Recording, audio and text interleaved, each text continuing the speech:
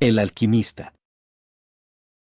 Allá en lo alto, coronando la cimera cubierta de hierba de un montículo hinchado cuyos lados están arbolados cerca de la base con los árboles nudosos de la selva primitiva, está el viejo chateau de mis ancestros. Por siglos su alta crestería ha fruncido el ceño al salvaje y escarpado campo circundante, sirviendo como hogar y fortaleza para la casa orgullosa cuyo linaje honrado es más viejo incluso que los muros llenos de musgo del castillo. Estos torreones antiguos, manchadas por las tormentas durante generaciones y desmoronadas bajo la lenta pero poderosa presión del tiempo, formaron en las épocas del feudalismo una de las fortalezas más temidas y formidables de toda Francia. Desde sus matacanes y petriles, y sobre sus cresterías, varones, condes e incluso reyes habían sido desafiados, pero nunca sus amplios pasillos resonaron al paso del invasor. Pero desde esos gloriosos años todo ha cambiado. Una pobreza poco por encima de la miseria extrema, junto al orgullo de un hombre que prohíbe su alivio por las actividades de la vida comercial, han impedido que los vástagos de nuestro linaje mantengan sus propiedades en su esplendor prístino, y las piedras desprendidas de los muros, la maleza de los parques, el foso seco y polvoriento, los patios mal pavimentados y las torres derrumbadas afuera, así como los suelos hundidos, los boiseries comidos por gusanos, y los tapices descoloridos. Adentro. Todos cuentan un sombrío cuento de grandeza caída. A medida que pasaban las edades, primero una, y luego otra de las 4 grandes torres se dejaron en ruinas, hasta que al final una sola torre albergó a los descendientes tristemente reducidos de que una vez fueron los poderosos señores de la finca. Fue en una de las vastas y oscuras cámaras de esta última torre que yo, Antoine, último de los infelices y malditos contes de C, vi por primera vez la luz del día, hace 90 años. Dentro de estos muros, y entre los oscuros y sombríos bosques, los barrancos salvajes y las grutas de la ladera de la colina, pasaron los primeros años de mi vida atribulada. Mis padres nunca los he conocido.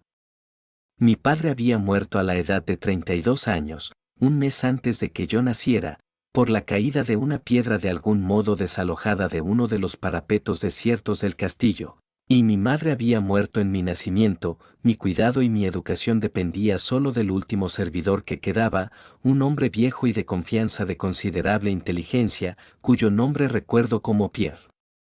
Yo era hijo único y la falta de compañía que este hecho implicaba para mí fue aumentada por el extraño cuidado que ejerció mi anciano guardián al excluirme de la sociedad de los niños campesinos cuyas moradas se dispersaban, aquí y allá en las llanuras que rodean la base de la colina. En ese momento, Pierre dijo que esta restricción me fue impuesta porque mi noble nacimiento me colocó por encima de la asociación con tal compañía plebeya.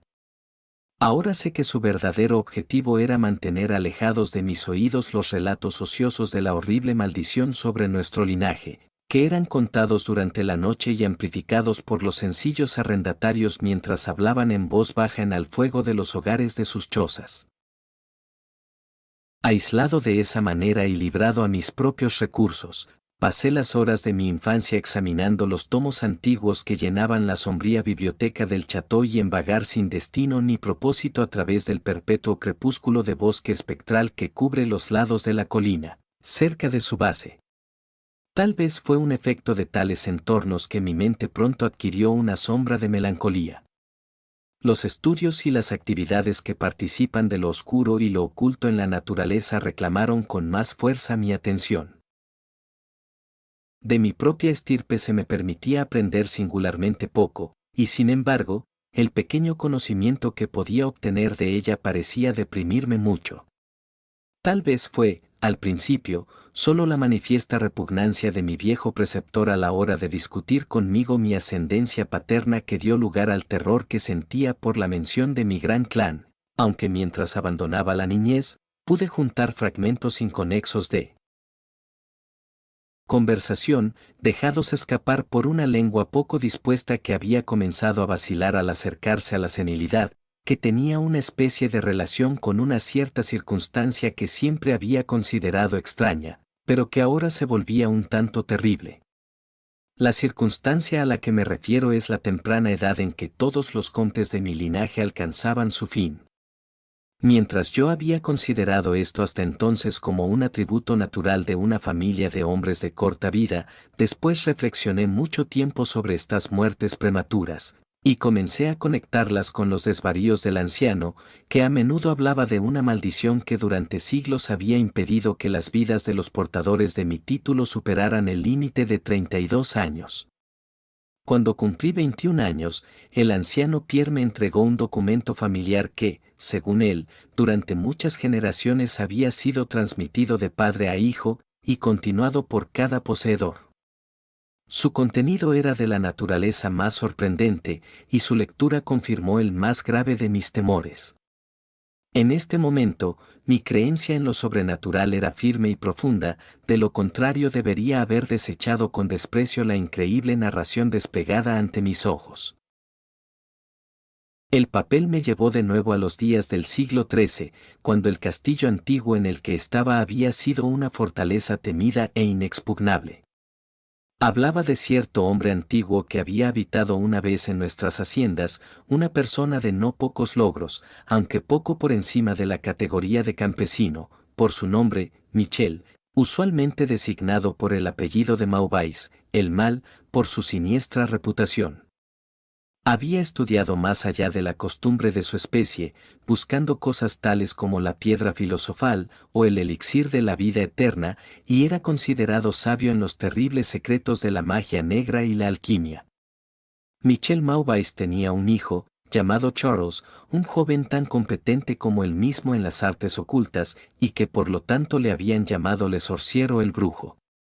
Este par, rechazado por toda la gente honesta, eran sospechosos de las prácticas más horribles. Se decía que el viejo Michel había quemado a su esposa viva como un sacrificio para el diablo, y las inexplicables desapariciones de muchos niños pequeños campesinos fueron echadas a la temida puerta de estos dos. Sin embargo, a través de la naturaleza oscura del padre y el hijo brilló un redentor rayo de humanidad. El viejo malvado amaba a su descendencia con intensidad feroz, mientras que el joven tenía para sus padres un afecto más que filial. Una noche el castillo de la colina se encontró en la confusión más salvaje por la desaparición del joven Godfrey, hijo de Henry, el conde. Un grupo de búsqueda, encabezado por el frenético padre, invadió la cabaña de los hechiceros y se encontró con el viejo Michel Maubais, ocupado en un caldero enorme y violentamente hirviendo. Sin ninguna causa, en la locura desenfrenada de la furia y la desesperación, el conde puso las manos sobre el anciano mago, y antes de soltar su agarre asesino, su víctima ya había dejado de existir. Mientras tanto, los alegres criados proclamaban en voz alta el hallazgo del joven Godfrey en una cámara lejana y sin uso del gran edificio, anunciándolo demasiado tarde, ya que el pobre Michel había sido asesinado en vano. Cuando el conde y sus colaboradores se alejaron de la humilde morada de los alquimistas, la forma de Charles Le Sorcier apareció entre los árboles. La emocionada charla de los hombres que estaban a su alrededor le contó lo que había ocurrido, pero al principio parecía indiferente ante el destino de su padre. Luego, avanzando lentamente para encontrarse con el conde, pronunció con voz apagada pero terrible la maldición que siempre perseguiría la casa de C. No podrá un noble de tu linaje homicida sobrevivir para alcanzar una edad mayor que la tuya.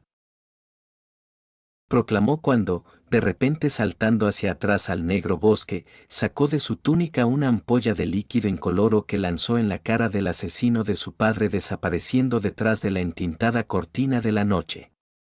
El conde murió sin decir palabra y fue sepultado al día siguiente, con poco más de 32 años desde la hora de su nacimiento. Ningún rastro del asesino pudo ser encontrado, aunque bandas incansables de campesinos barrieron los bosques vecinos y la pradera alrededor de la colina.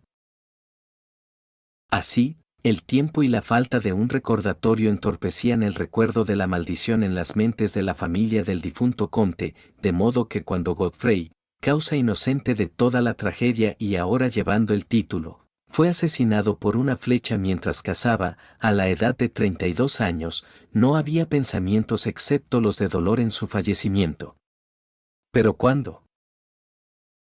Años después, el joven conde, llamado Robert, fue encontrado muerto en un campo cercano sin causa aparente. Los campesinos contaron en susurros que su señor había pasado su 32º cumpleaños cuando fue sorprendido por una muerte prematura.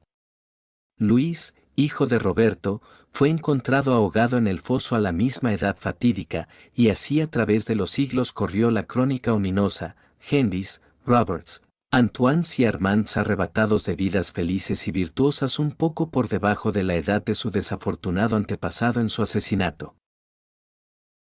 No me quedaba mucho, aunque 11 años de existencia posterior se me aseguró por las palabras que leí.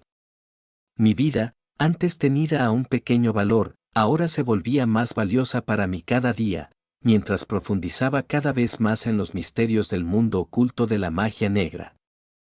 Aislado como estaba, la ciencia moderna no había producido ninguna impresión en mí y trabajaba como en la Edad Media, tan empeñado como lo habían sido el viejo Michel y el joven Charles en la adquisición del aprendizaje demonológico y alquímico. Sin embargo, leyendo todo lo que podía, de ninguna manera podía dar explicación a la extraña maldición sobre mi linaje.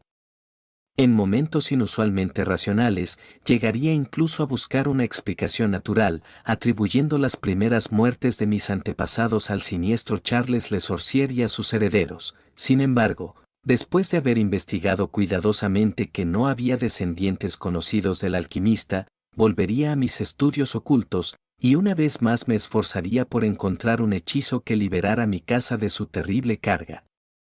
En una cosa estaba absolutamente resuelto. Yo nunca me casaría, porque como no existían otras ramas de mi familia, podría poner fin a la maldición conmigo mismo. Cuando me acerqué a la edad de 30 años, el viejo Pierre fue llamado al más allá. Yo solo lo enterré bajo las piedras del patio sobre el que había amado vagar en vida.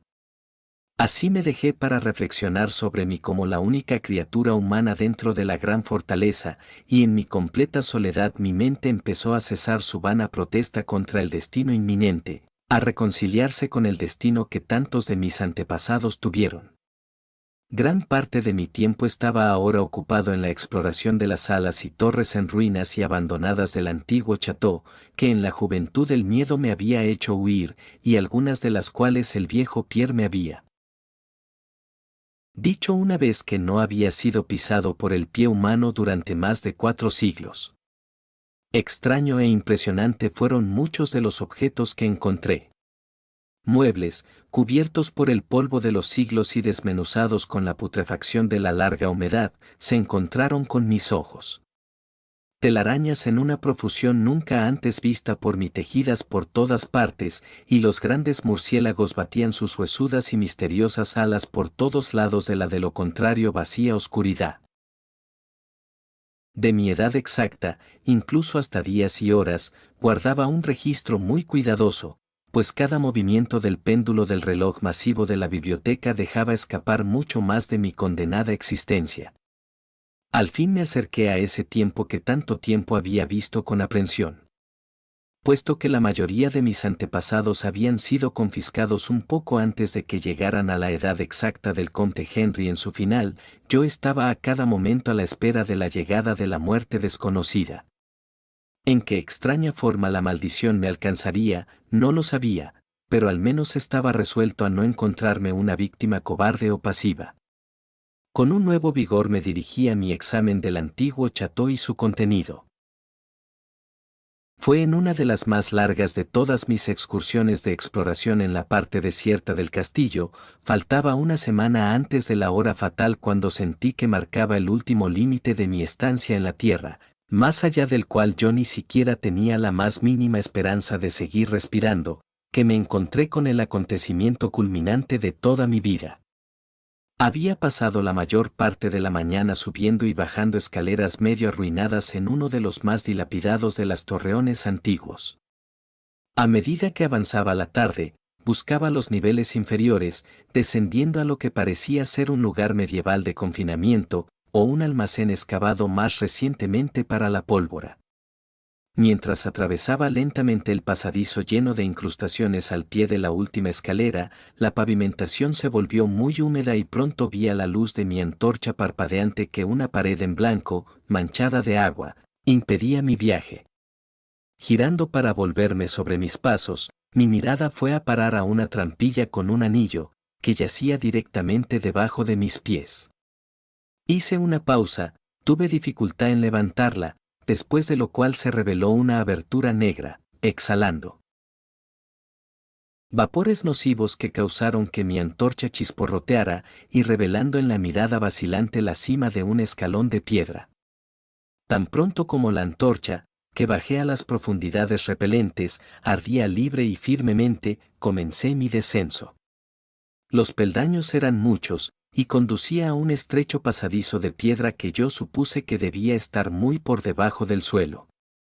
Este pasaje resultó de gran longitud y terminó en una gigantesca puerta de roble, goteando con la humedad del lugar y resistiendo con firmeza todos mis intentos de abrirla. Cesando después de un tiempo mis esfuerzos en esta dirección, había retrocedido un poco hacia los escalones, cuando de repente sufrí una de las experiencias más profundas y enloquecedoras capaces de ser soportadas por la mente humana. Sin advertencia, oí cómo la pesada puerta tras de mí crujía lentamente sobre sus oxidadas bisagras. Mis sensaciones inmediatas son incapaces de análisis. Ser confrontado en un lugar tan completamente desierto como había considerado el antiguo castillo con evidencia de la presencia de un hombre o un espíritu, produjo en mi cerebro un horror de la descripción más aguda. Cuando por fin me volví y me enfrenté a la fuente del sonido, mis ojos debieron haberse salido de sus órbitas ante la escena que contemplaban. Allí en la antigua puerta gótica había una figura humana. Era el de un hombre vestido con un cervellere y una larga túnica medieval de color oscuro. Su cabello largo y su barba frondosa eran de un tono negro terrible e intenso, y de profusión increíble. Su frente, más allá de las dimensiones usuales, sus mejillas, profundamente hundidas y fuertemente forradas de arrugas, y sus manos, largas, como garras y nudosas, eran de una blancura mortal como el mármol, como jamás he visto en el hombre. Su figura, inclinada a las proporciones de un esqueleto, estaba extrañamente doblada y casi perdida dentro de los voluminosos pliegues de su peculiar prenda, pero lo más extraño de todo eran sus ojos, cavernas gemelas de negrura abismal, profundo en la expresión de la comprensión, pero inhumano en grado de maldad. Estos estaban ahora fijados en mí, perforando mi alma con su odio y arraigándome al lugar en que me encontraba. Por fin, la figura habló con una voz profunda y lenta que un frío me atravesó con un sordo vacío y latente malevolencia. El idioma en el que se vestía su hablar era esa forma degradada de latín en uso entre los hombres más eruditos de la Edad Media, y me fue familiarizado por mis prolongadas investigaciones sobre las obras de los antiguos alquimistas y demonologistas. La aparición habló de la maldición que había suspendido por mi casa, habló de mi próximo fin, se ocupó del mal cometido por mi antepasado contra el viejo Michel Maubais y se regodeó por la venganza de Charles Le Sorcier.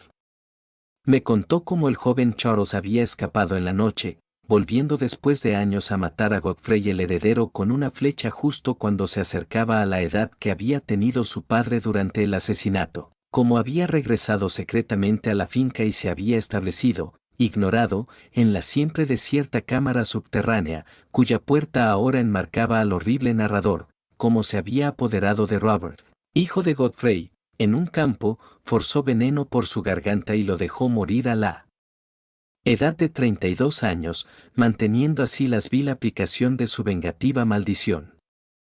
En este punto me quedé a imaginar la solución del mayor misterio de todos, cómo se había cumplido la maldición desde aquella época en la que Charles Le Sorcier debió haber muerto según el curso de la naturaleza, pues el hombre divagó en un relato sobre los estudios de las profundidades alquímicas de los dos brujos, padre e hijo, hablando sobre todo de las investigaciones de Charles Le Sorcier sobre el elixir que debe conceder a quien lo toma la vida eterna y la juventud. Su entusiasmo había parecido, por el momento, quitar de sus terribles ojos el odio que en un principio los había atormentado. Pero de repente la mirada diabólica volvió y con un sonido inesperado como el ceseo de una serpiente, el desconocido levantó una ampolla de cristal con la evidente intención de terminar mi vida como lo había hecho Charles Le Sorcier 600 años antes, terminando con la de mi antepasado. Empujado por algún instinto conservador de autodefensa, rompí el hechizo que hasta entonces me había mantenido inmóvil y arrojé mi antorcha ahora moribunda a la criatura que amenazaba mi existencia. Oí como el frasco se rompía inofensivamente contra las piedras del pasadizo mientras la túnica del hombre extraño se incendiaba y alumbraba la horrible escena con un brillo espantoso. El grito de pánico y la malicia impotente emitida por el presunto asesino resultó demasiado para mis nervios ya sacudidos, y caí sobre el suelo embarrado en un total desmayo. Cuando finalmente recobré el sentido, todo era terriblemente oscuro, y mi mente recordando lo que había ocurrido, se encogió ante la idea de contemplar más. Sin embargo, la curiosidad sobrepasó todo. ¿Quién me? Pregunté. Era este hombre del mal, y cómo llegó dentro de las murallas del castillo. ¿Por qué debía buscar la venganza de la muerte del pobre Michel Maubais, y cómo se había llevado a cabo la maldición a lo largo de los largos siglos desde los tiempos de Charles Le Sorcier? El temor de años se salió de mis hombros, porque sabía que el que yo había derribado era la fuente de todo mi peligro de la maldición, y ahora que estaba libre, ardía con el deseo de aprender más de lo siniestro que había perseguido mi linaje durante siglos, e hizo de mi propia juventud una larga pesadilla. Determinado en la exploración adicional, busqué en mis bolsillos el pedernal y el acero, y encendí la antorcha no utilizada que tenía conmigo. En primer lugar, la nueva luz reveló la forma distorsionada y ennegrecida del extraño misterioso. Los horribles ojos estaban ahora cerrados. No me gustaba la vista, me di la vuelta y entré en la cámara más allá de la puerta gótica. Aquí encontré lo que parecía un laboratorio de alquimistas. En una esquina había una inmensa pila de un brillante metal amarillo que brillaba magníficamente a la luz de la antorcha. Puede que fuera oro, pero no me detuve a examinarlo, pues me sentí extrañamente afectado por lo que había sufrido. En el extremo más alejado del apartamento había una abertura que conducía a uno de los muchos barrancos salvajes del bosque oscuro de la ladera. Lleno de asombro, pero ahora dándome cuenta de cómo el hombre había conseguido acceso al castillo, procedí a regresar. Había tenido la intención de pasar por los restos del extraño con rostro desviado, pero cuando me acerqué al cuerpo, parecía oír emanar de él un débil sonido, como si la vida no estuviera todavía completamente extinguida. Horrorizado, me volví para examinar la figura carbonizada y arrugada en el piso. Entonces, de repente, los ojos horribles, más negros incluso que el rostro chamuscado en que estaban puestos, se abrieron de par en par con una expresión que no pude interpretar. Los labios agrietados trataron de enmarcar palabras que no podía entender bien.